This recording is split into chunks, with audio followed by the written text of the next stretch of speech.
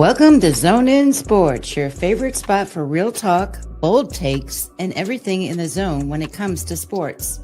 From hard-hitting analysis of the Miami Hurricanes football to the hottest stories across the sports world, we're bringing you that energy, passion, and a little bit of swagger, just like the U. So whether you're tailgating in the Coral Gables or arguing in the group chats or just vibing in your way to work, buckle up. You're in the zone with your host, D. Hamp. All righty out there. We got a special show for you guys today. This is an interview I've been looking to do for a while, so I'm so blessed to have him. If you guys follow Miami Hurricanes, you know him from Locked Door Canes. It's the Mr. Exclusive, Alex Donno. Welcome to the show, Alex. I'm glad to have you there. I appreciate the kind words, D. Thank you for having me. I'm excited to be here. All righty. All right, before we get started, I want to know your perception before the game and after the game Sunday down at Hard Rock. This doesn't always happen, but this is one of the rare occasions where my perception before the game is pretty much the same coming out of the game, because Miami in that 27-24 victory over Notre Dame pretty much accomplished all of the objectives that I had going into it. I said Miami needs to hold their own, if not win, at both lines of scrimmage, and they were better on both lines of scrimmage. The offensive line protected Carson Beck. He only got sacked once in the game. Miami was able to sack C.J. Carr of Notre Dame 3 times in the game, but Miami protected Carson Beck. They opened up enough running lanes we knew it wouldn't be easy, but they rushed for 119 yards. So they beat Notre Dame in rushing. Notre Dame only rushed for 93 yards. That was another objective there. I had objectives for Carson Beck. I didn't expect him to light it up and go off for 350, 400, anything like that, but he did exactly what I wanted him to do in his Miami debut. Took care of the football, was poised, didn't make any mistakes, and he hit a couple of big, important passing plays. And, of course, you see, players like, 17-year-old Malachi Toney stepping up and having that kind of a debut with 82 receiving yards and a touchdown. Miami's running game was pretty good. I was really impressed with Marty Brown, the transfer from North Dakota State. Mark Fletcher also had some big-time runs. And even the kicking game came through, right? We had some doubts, especially after that bad snap in the first half. Carter Davis hits 2 clutch kicks. So I think, if anything, D, I would say that Miami confirmed to me who I thought they were heading into the game. And that's a really tough, deep football team that has the talent to contend with anyone in the country. I agree. All right. What inspired you to get into the sports media and eventually landed at Locked On Canes?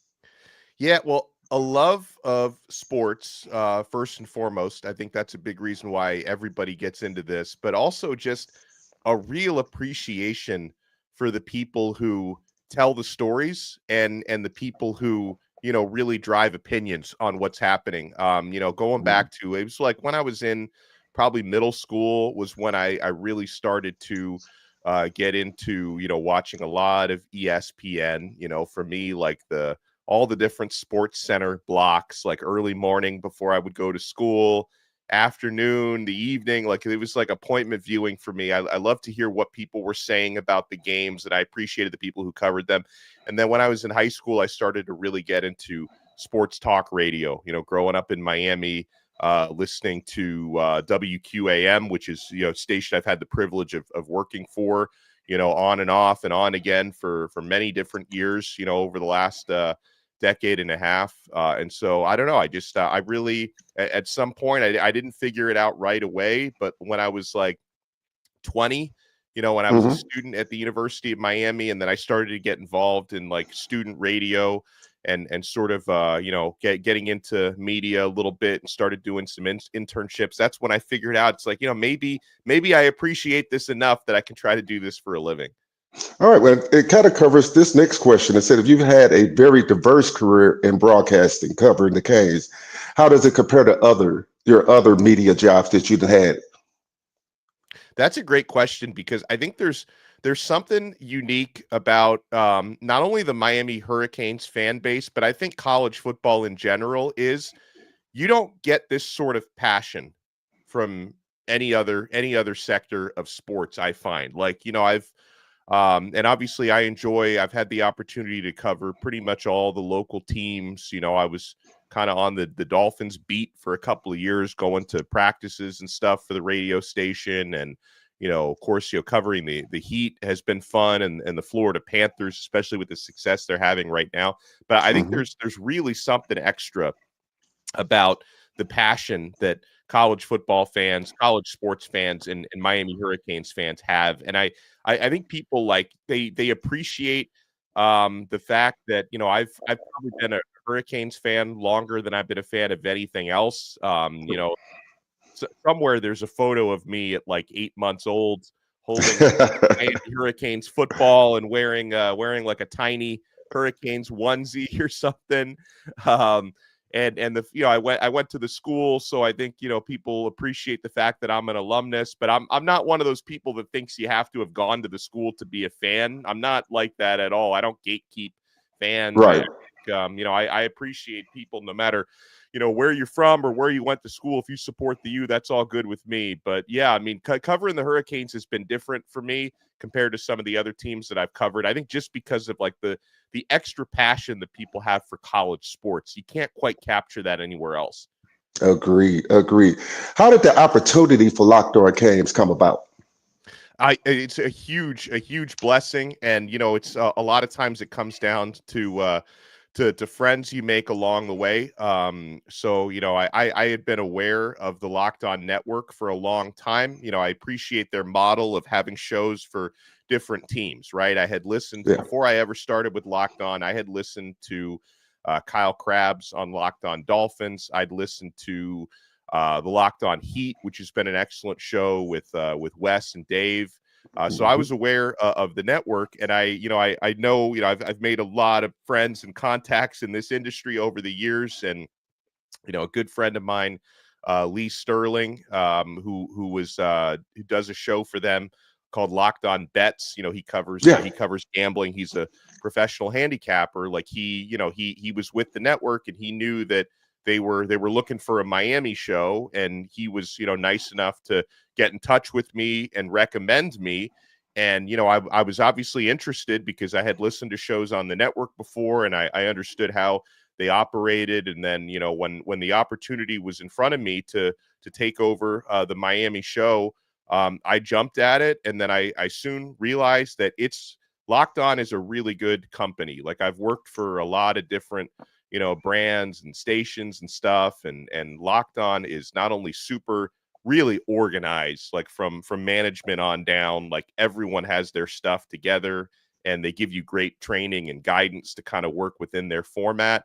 And it's a really, really well run network. And the people who host all the different shows, I did a crossover episode with Tyler Wojak from Locked On Notre Dame this past week. I talked with other people who do shows on the network, and everyone is just super driven and organized and works really well together. So I'm happy. The opportunity came up for me about 3.5 years ago. I started on April 1st of 2022, and I've just been enjoying every second of it for the past 3+ years. And hopefully from 3 years, we get many, many more of those.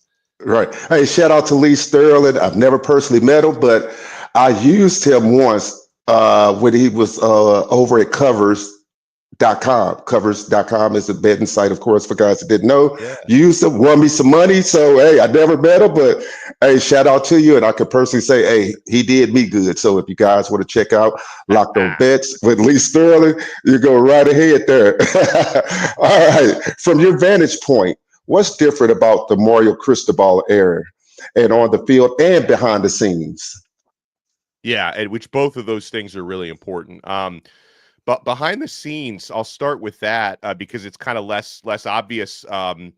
He really has made an effort over the past 3.5 4 years since he's been back with Miami to really recruit players who are competitive, mature, and have leadership characteristics. Like he doesn't want to have like a couple leaders and then a bunch of followers. Like he really wants to have a locker room full of leaders, and you can see it and hear it. Like one thing that I've noticed, since his rosters have gotten a little bit better on and off the field every single year.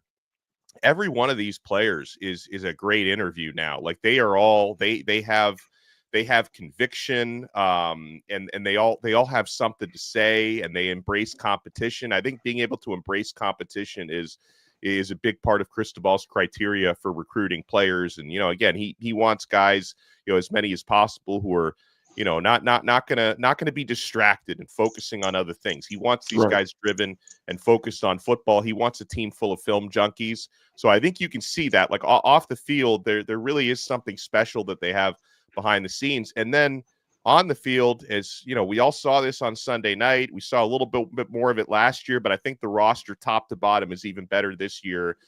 He wants big body types. Like he literally wants to have bigger guys throwing around smaller guys out there on Saturday. If you see the size of Miami's offensive line, you see the size of Miami's running backs, where Fletcher's 225, Brown is 220, Jordan Lyle is up to 205. And it looks more like an SEC type of team. Like I've been covering Miami practices for many years, and there's some years where you're like, oh, team's a little small. Not these last couple of years. I mean, everybody looks like they have the NFL type of body type. So you can see it truly has been a transformation of the roster over these past couple of years, where I think Miami's defensive backs, I think there's only one or two in the entire roster that are under 6 feet tall. I mean, almost everybody in the defensive backfield are like 6 foot to 6'3" nowadays. So it's been a difference. Like you said, D, you asked the question perfectly on and off the field, because the athletes are different in both of those ways. Yeah, the crazy thing, I think Nick Saban said it last year that Miami's offensive line looked like an SEC line, and you could tell this year. And ironically, I had got texts from like 5 or 6 Notre Dame fans, some I had on the show, and they actually said the same thing after the game. They was just surprised how big that offensive line and how physical that defensive line was, and I thought that was a good thing, boy. It was great to see. Is there a player or a coach that the fans aren't talking about enough? Aren't talking about enough. I think based on what happened on Sunday, which was going up against a really difficult defense, I think moving forward you're going to see the ball spread out to more different receivers. I think and JoJo Trader had a couple of opportunities, but was really well covered. I think JoJo Trader is someone that is gonna grab more spotlight and headlines in the games moving forward. Same thing with Elijah Lofton, the tight end, who I think just had 1 catch in the Notre Dame game, but I expect him to be a really bigger piece moving forward. I'll think about a couple more like off the radar guys though. I look at on the defensive side. I think as some of these defensive rotations get flowing a little bit more, I think we're going to see some of Kellen Wiley Jr., true freshman linebacker, who's like 235 pounds as a true freshman. I think we're going to see him be part of a linebacker rotation and get some more opportunities. I think Hayden Lowe, true freshman edge rusher, is going to see more game time moving forward, and that's someone who's going to grab some attention. And man, I'm trying to think if there's any more defensive backs. I mean, we saw a little bit of Dylan Day, young safety, who I think had 1 tackle in the game. But Dylan Day, who's second year, he's going to be one of Miami's backup safeties. He had a really good training camp, and I think he's going to get some more game time moving forward, probably make some big plays. So I think those are some guys that are weren't seen a whole lot on Sunday and are going to get talked about more when we go forward. Oh, great. How do you feel about the Canes QB room? Now, I know we got Luke Nickel, we got Emery, we got Judd, and of course we got Beck. Compared to the other ACC QB rooms. Well, first of all, in terms of starting quarterback, I put Miami at the top or right near the top. I mean, I wasn't blown away by Cade Klubnik's opener against LSU, but based on what he did last year, I think he's going to be really good again this year. But Carson Beck, I put right up there. Also, I like Kevin Jennings at SMU. I think is a good quarterback, but I think in terms of starting, I think Miami is at the very top, or top two at the very least. In terms of the depth, I do think there's probably a bit of a drop off there, which a lot of teams can say. But I will say about Emory Williams, I know that I know he wasn't good in the second half of that Pop-Tarts Bowl. I've seen so much better from him, in practice than what he showed in that game. So if he gets his opportunities, and he'll probably get some playing time, if not significant playing time, against Bethune-Cookman this weekend. I know would be hard to judge how well he does there, but we'll get an opportunity to see him, I think, this weekend. And so, I think fans give him a hard time, but I wouldn't judge him on that Pop-Tarts Bowl. I think he's a lot better than that, and his practice better than that. Judd Anderson is a guy who's certainly had some good moments in practices, and he's 6'7". He's gigantic. He's more athletic than he seems at that size. But yeah, I mean, one that I'm really excited about that could be a starting quarterback for the future, whose name you mentioned, Luke Nickel. He's a true freshman, so there have been some moments in practice where he'll make some really daring throws, and sometimes he'll hit really big plays. Sometimes it's an interception, but I think that's kind of part of the development of a true freshman quarterback, learning on the fly. I thought he looked good in the spring game when we got to watch him in person. I think he could be a quarterback of the future. Like, he's super talented. He's probably the third string quarterback this year. So I wonder if he might get into the game at all against Bethune-Cookman. We'll see. Kind of depends on how much Miami scores early in that game. But Luke is one who excites me. So I like Miami's quarterback room, and also they're going to be adding Darion Coleman, who's in his final season of high school at Jones in Orlando. He's going to be enrolling this coming January for next season. That's another dude I'm super excited about, because Coleman plays kind of like a slightly smaller version of Cam Ward, and he's got a really, really powerful arm. So I think the quarterback room is going to be in good shape next year as well. They'll just have to figure out next year, obviously, who's going to be the starter after Carson Beck, because this is a one and done year at Miami for Beck. Yeah, the interesting thing about that is fans do get down on Emory a little bit, and I thought he gave an interesting, really candid interview when he talked about sitting behind Cam and kind of losing focus, and I think some fans got a little bit upset with me. It's like, don't just think it's going to be nickel job next year. I think Emory's going to have a lot to say about that. So fans got on me about that, but it's okay. It's all right. All right, what do you believe is the biggest culture shift from the Manny Diaz to the Mario Cristobal era? Accountability. I always heard some stories during the Manny Diaz era about guys being late to meetings, about players not putting in some of the extra work, because the thing about college football is, like, there's only a certain amount of hours that you are mandatory. You have to be here for this practice and that.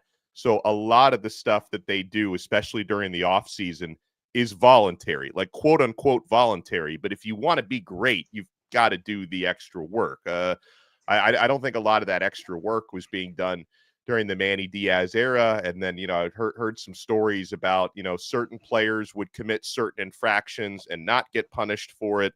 Other players were, so there wasn't a whole lot of consistency. And by the way, I think Manny Diaz learned a lot from, the things that didn't go right at Miami. I'll say this on the record.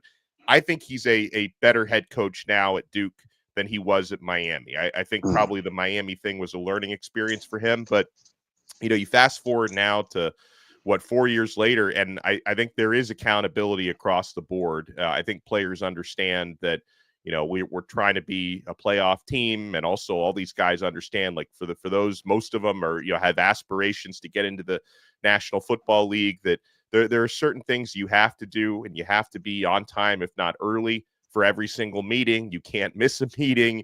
You have to practice hard every single day. There are no exceptions, or there will be consequences. I think players understand that now, and there's a lot more accountability, and it's those little things that make a difference. And I look at, not taking credit away from Florida State because they looked great against Alabama, but I'm starting to hear these stories about Kalen DeBoer's Alabama, and it sounds a Mhm. little bit like Manny Diaz's Miami, where apparently, players are not dialed in, they're not meeting their curfews, they're not, taking all the little things as seriously, and you'll probably see more of that manifest on the field if those stories are true. So that's we have a much tighter ship being run now at Miami than we did a few years back.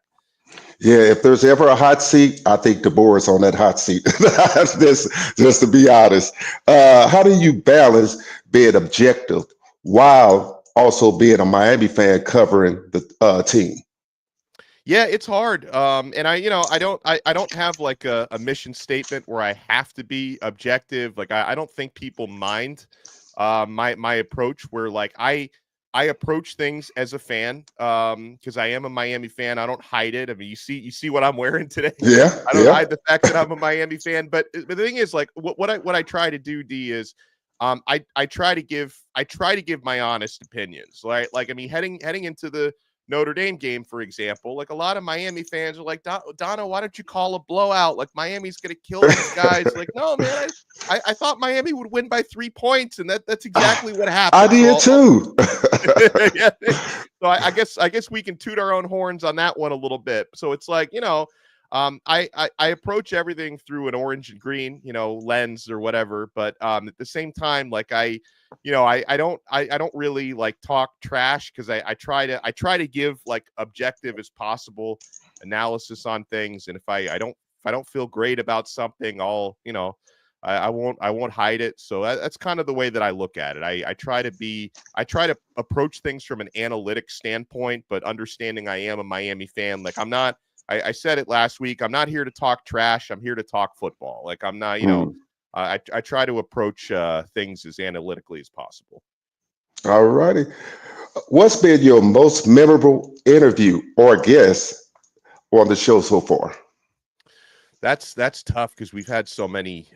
We've had a lot of former players on, and my buddy, the truth teller, Bruce Warner, knows a lot of the guys, from the glory days. So man, we've had some good ones. I mean, we've had the opportunity to interview Bryant McKinney a couple of times. I mean, he's one that really stands out to me. We've had Clinton Portis on the show, which was cool because it was like right after his son Camden committed to Miami.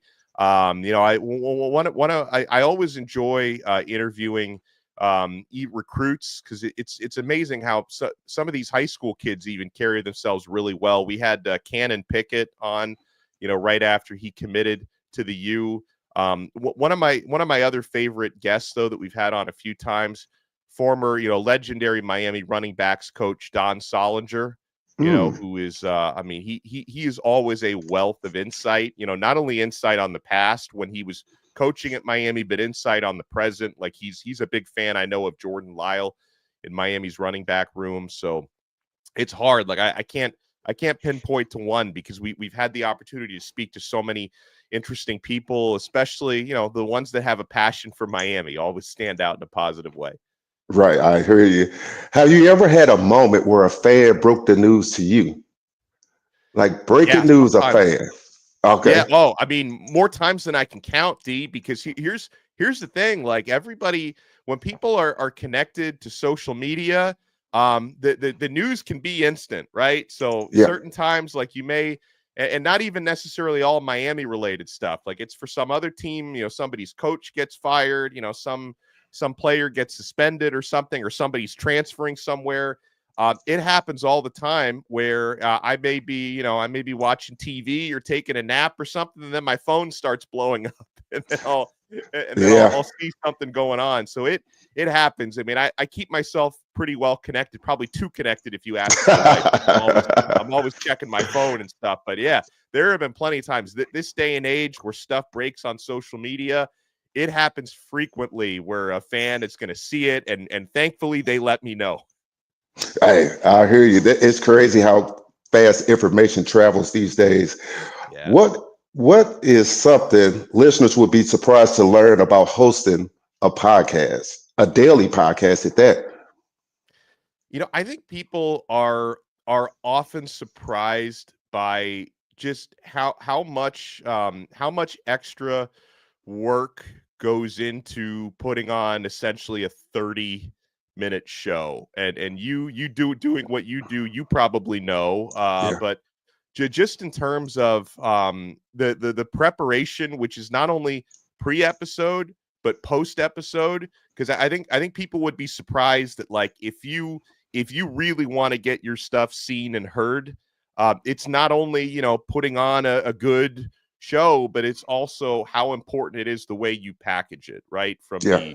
the YouTube thumbnail to the title of the episode to the description, because all this stuff is searchable on Google and you're trying to maximize the algorithm. So, like, the actual, if I'm on for 30 minutes, like, that actual 30 minutes is like 1/10 of the time that I put into putting out an episode. So I think people would probably be surprised by that, because if you're just, waking up, turning a camera on for 30 minutes and then, doing your hobbies after that, you're probably not going to go very far. So I think just the importance of, I try to approach it the same way Mario Cristobal approaches football, right? I mean, how you do Okay. anything is how you do everything, and the preparation is everything for that. So I think people would be surprised by that. And also, maybe sometimes, there are times when maybe just like I'm just talking about something for a few minutes and I don't think the episode's going to do very well, and it does. Maybe other times I feel like I've got a banger of an episode and it doesn't perform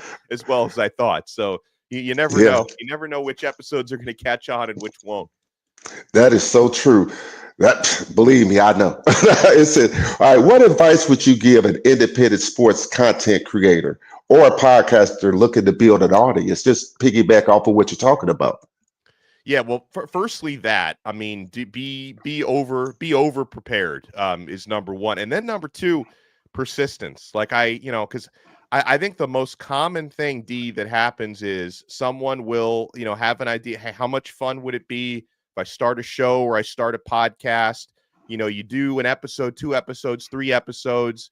You know, you're not getting clicks because it's so hard. Like, the first 3 episodes for it, like, you're just not gonna get clicks. Like, it's all about banging out content and being persistent, and then you do it for a few times. This isn't working, I'm gonna go on, do something else, or you're gonna start falling out of the habit of doing it. I mean, persist, because it probably is gonna, if you want to find success, it's gonna take probably a couple of months at least before people actually start seeing your stuff. So persistence, I think, is important. And then the importance of promotion. I think people are figuring this out now, like the value of social media, the value of pulling clips and posting those and getting people to your main content. It's just, you have to pursue it, I think, with a passion and with an understanding. It's going to take a lot of promotion, a lot of preparation, and a lot of work to find success at it. I agree there too. Do you believe Miami or is a national championship contender right now, or do you think they still maybe a year or two away? Do you think they're ready now, or maybe a year or two?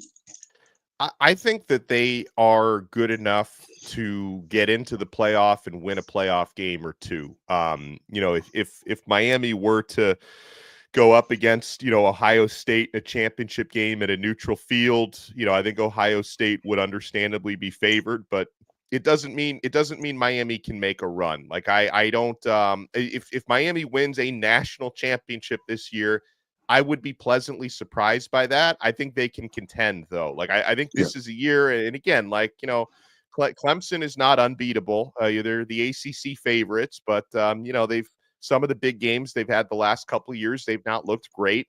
Florida State looks really good, but I still Yeah. believe Miami can and will beat them later on this year. So I think Miami can get themselves into that mix. Like, I don't view them as a championship favorite or anything like that, but I view them as a playoff team at minimum. Okay. And where do you see the brand and your brand and the Locked On Canes brand over the next 5 years? I that's a great question, which I don't think about it a whole lot because I'm a very much like I'm an in the moment type of guy. Like I just like I'm not I don't a lot of people will think about like, oh, where's this going to be 5 years from now? I'm more of a like, where's this going to be 5 hours from now type of person. Like I'm thinking about what my next episode is going to look like today. So I'm always just I'm humbled by the support that we get. Like it's always nice anytime. You mentioned to me, maybe it was off air, like when you're wearing your Miami gear outside of South Florida, you're in an airport, people are throwing the U up at you. Like I have experiences like that. And sometimes people will see me and they realize, oh, like I watch your show, and it's really cool and it's really humbling. So I don't know. I approach like I just wanna find success every single day, and hopefully that's gonna translate to 5 years from now will be bigger than we are now. I can only hope. So I don't know. I feel like every day that I get to do this is a blessing, and whatever comes in 5 years, good or bad, I'll be here for it. All right. Well, Alex, I appreciate your time. But one last question before we get out of here. Sure. Who should I interview next? And before you answer, you have to help me get them on the show. Sure. Well, you know what? Maybe I was just praising Don Solinger, former running backs coach. If you've never had him on before, I would recommend, and I could help you get in touch with Don. 'Cause Okay. he's a really good guy and a really good interview. So maybe that should be somebody to look for. All right, then we'll connect and we'll try to hook that up. I want to appreciate Alex for coming on the show. I appreciate everybody for tapping in. And like always, it's about the you. Thank you.